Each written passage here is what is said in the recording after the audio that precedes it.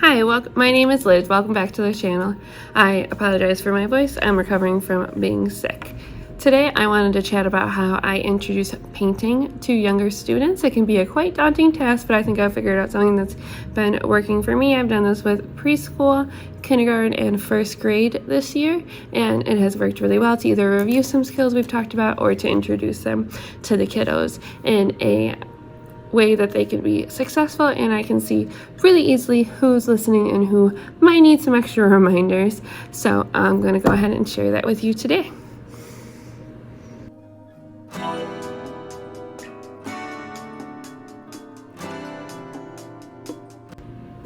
To begin with, we start off chatting at our meeting area. With us, it's the carpet area, and we will discuss how important it is to take care of our tools and why it's important, and the do's and don'ts of our general tool respect.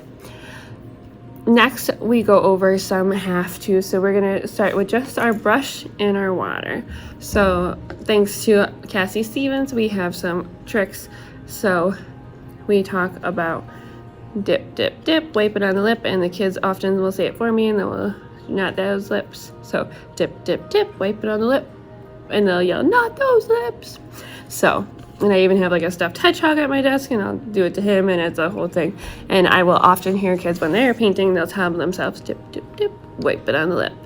And then we talk about how we want to do brush strokes, and I tell the kids brush strokes, and they mimic that word, and we truly use that word so that they can start to learn that vocabulary. I have the kids get out their pretend paper and their pretend paintbrush, and we talk about how we want to do brush strokes.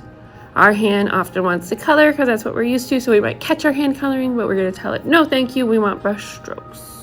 Just like petting a kitty, very nice and gently. So I have them practice that and show me their brush strokes, and then we're ready to go to our seats. I demonstrate this for the students first, but at their seats they're going to have a colored piece of paper. They're going to choose, first I apologize for my hands, I was filling ink bottles today. They're going to choose a dark color of their choice. So purple, dark green, blue, any of those options. And then we're going to have water and a paintbrush. And this is going to allow them just to practice those simple skills. So dip, dip, dip, wipe it on the lip. And then we're going to create a disappearing painting, a secret painting. So it's going to allow them to do lines and shapes, and I challenge them by writing their name or different shapes or hearts and things like that. And I tell them I'm going to write a secret message, and I write, I love art. And then we watch it disappear. And what I'm looking for here is students who are showing me that dip, dip, dip, wipe it on the lip, and those nice brush strokes. And we might have to give each other reminders, and I might have to give them reminders. And if they don't wipe it on the lip, they'll very easily be able to see how it makes a wider line. Their water might get where they don't want it to go, and it does some things they don't want it to do. So here it doesn't disappear as quickly as some of our other lines. And we talk about how in our painting, our colors might not work the way we want, and our